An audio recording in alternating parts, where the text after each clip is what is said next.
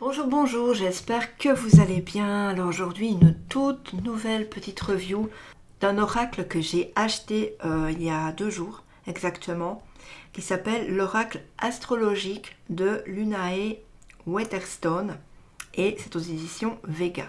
Alors on a déjà un très beau boîtier, pas très grand, donc il a des polices d'écriture argentées, on a une belle illustration, on a du vert, plusieurs sortes de verre, c'est très très joli. Il s'ouvre en deux et ici ça se compose comme ça sur les côtés. Alors on nous dit: le destin est-il déterminé par les étoiles? Depuis des milliers d'années, nous autres êtres humains tournons notre regard vers la voûte céleste toutes les fois que nous souhaitons obtenir des réponses éclairantes pour affronter les aléas de notre vie sur Terre, mais aussi évoluer de manière positive sur notre chemin spirituel. Grâce à ce coffret composé de 22 cartes oracles magnifiquement illustrées accompagnées d'un livre explicatif, peut-être parviendrons-nous à saisir le lien qui existe entre les desseins de notre existence et ceux qui sont tracés dans le ciel. Les 12 signes du zodiaque resplendissent sur toutes les formes humaines. Donc je l'ai acheté 22,90 €. Voilà, donc on va regarder. L'intérieur est argenté. On a les cartes qu'on regardera après. Regardez un peu le livret. Alors, donc ici, sommaire, l'astrologie en bref, hein, c'est pour ceux qui ne connaissent pas, comme moi d'ailleurs. Les signes astrologiques et les corps planétaires. Comment utiliser les cartes, et il y a un exemple, et les significations divinatoires des corps planétaires. Voilà. Alors ici, je vous passe l'astrologie en bref. Ça ne nous intéresse pas vraiment, sauf pour les personnes qui veulent savoir. Donc ici, on a les cartes zodiacales. Et donc c'est en couleur. Ensuite, on a les corps planétaires. Donc par exemple, le premier qui est le soleil.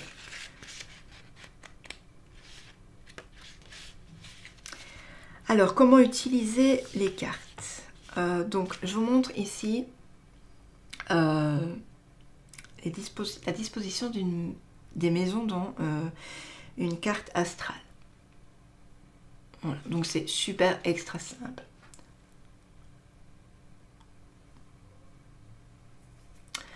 Super extra simple. Donc, alors ici, on a le 1, 2, 3, 4, 5, 6, 7, 8, 9, 10, 11, 12. Voilà, ça c'est les maisons. D'accord? Alors, pour commencer, on va séparer les cartes. Donc, on va prendre nos signes astrologiques, donc nos 12 cartes. On va les séparer des corps planétaires. Donc, les signes astrologiques, qu'est-ce qu'on va faire? On va les mélanger et on va choisir une carte au hasard et on va penser à une question. Voilà, d'ordre, je sais pas, relationnel, d'ordre matériel, d'ordre travail, affectif, enfin, bref. Et on va mettre cette carte sur la maison 1. Voilà. Donc, ce que je vous propose, c'est peut-être de, je sais pas, regarder sur internet s'il n'y a pas une carte plus grande et l'imprimer du coup. Ensuite, admettons que vous tirez, pour faire plus simple, on va tirer le bélier. Donc le bélier est en maison 1 et on va tourner comme ça avec les signes zodiacales. Donc le bélier est en maison 1, le taureau est en maison 2, 3 gémeaux, etc. jusqu'à temps qu'on arrive au 12, le poisson. Les poissons plutôt. Ensuite, donc ça c'est facile. Alors, l'étape suivante consiste à choisir la maison qui représente le mieux votre question ou le problème qui vous harcèle. Donc on va aller chercher ici ce qui représente notre question en fait. Imaginez, vous pensez amour et relations sentimentales, recherche du bonheur. Eh bien, vous allez aller chercher la 5e maison.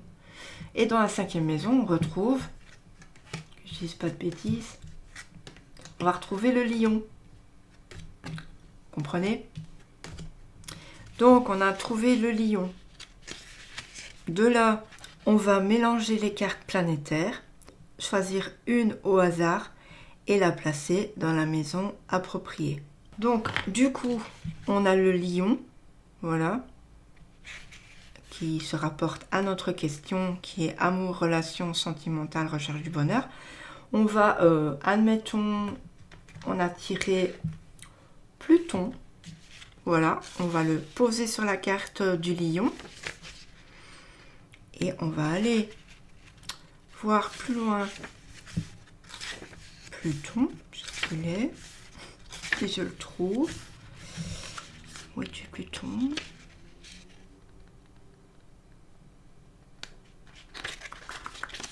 Ah voilà. Donc, Pluton étant Lion, on va nous dire, en cette époque de changement, faites attention de ne pas créer de remue-ménage. Donc, vous voyez, c'est pas dur du tout. J'espère que vous m'avez bien compris.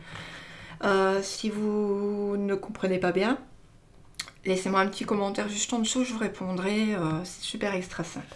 Mais vous verrez quand vous avez le livret, finalement, il suffit de lire. Hein. Voilà, donc, voilà ce qui se passe dans le petit livret. Alors maintenant, on va regarder les cartes. Donc alors, on a Bélier, Taureau. J'aime bien ces illustrations un petit peu du style ancien, un petit peu comme du style de mes grands-parents en fait. Donc on a Bélier, Taureau, et puis alors là, on a les petits animaux, voilà. Alors ici, on a les Gémeaux, qui est mon signe astrologique. On a Cancer, Lion, Vierge. Vierge est très belle avec les couleurs autour. Balance, Scorpion, Sagittaire, Capricorne, Verseau, Poisson.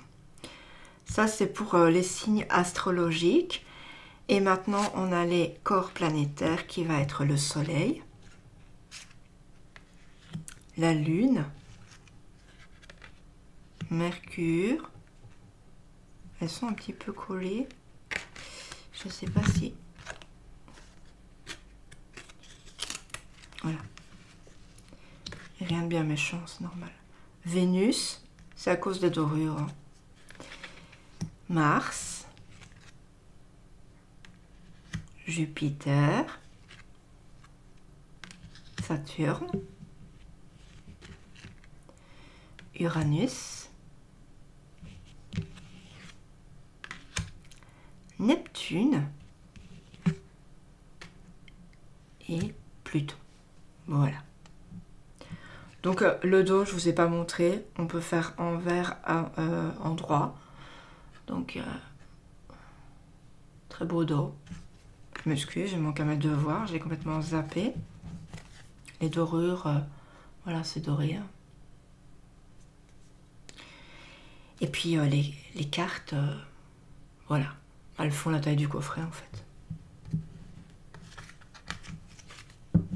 Donc voilà. J'espère que cette petite review vous aura fait plaisir. Je vous le redis, n'hésitez surtout pas à commenter si vous avez un souci de compréhension. Parce que des fois, quand on regarde les vidéos, c'est pas toujours facile. Moi-même, j'avais regardé la vidéo de Claire de la Lune et j'avais rien compris. Et puis finalement, quand on l'a entre les mains, c'est différent. Donc, commentez, likez, partagez. Mais surtout, abonnez-vous pour ne rien louper de mes futures vidéos. Et n'oubliez pas d'activer la petite cloche de notification, c'est très très simple. Voilà, voilà. Je vous fais d'énormes bisous, prenez soin de vous. À très bientôt. Ciao, ciao.